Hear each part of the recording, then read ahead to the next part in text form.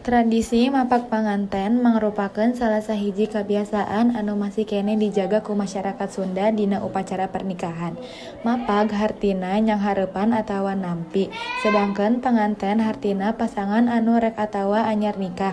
Ku kituna mapak panganten janten simbol panyambutan anu pinuh ku rasa hormat ti pihak panganten awewe ka panganten lalaki. Dina tradisi ieu biasana panganten lalaki datang ka imah atawa tempat panganten awewe bari diarak ku keluargana.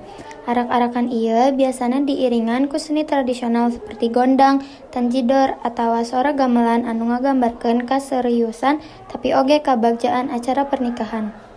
Sementara eta, pihak panganten awewe geus nyiapkeun prosesi panyambutan anu istimewa di hareupeun panto atanapi halaman. Sok disayagikeun tempat pikeun narima kadatangan panganten lalaki ku cara anu sopan sarta penuh tata krama adat Sunda. Hiasan kembang, payung, kabesaran sarta busana adat anu dipake kedua pihak nambahkeun daya tarik kana acara ieu.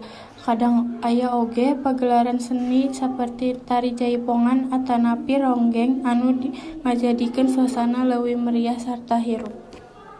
Prosesi simbolis oge sering dilaksanakeun, seperti ngalengkahkeun harupat anu ngalambangkeun ngaleungitkeun halangan dina kahirupan rumah tangga. Aya oge anu ngalupaskeun japati minangka tanda kabebasan jeung hareupan anyar, atawa nyiramkeun cai kembang minangka lambang kasucian jeung doa restu. Makna anu dikandung dina tradisi mapag panganten teh jore pisan. Ieu henteu ngaukur seremoni biasa, tapi ngawujudkeun rasa hormat antara dua keluarga anu bakal jadi hiji.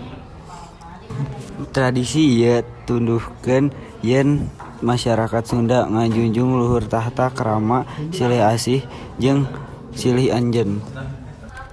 Sanajan zaman geus maju jeung loba hal anu modern, tradisi mapak panganten masih sering dipake di sabaraha tempat. Hal ieu nuduhkeun yen Sunda masih ngajaga warisan budaya karuhuna. Mapak panganten oge janten simbol rasa syukur, kabagjaan jeung hareupan pikeun kahirupan anyar pasangan anu rek ngawangun rumah tangga.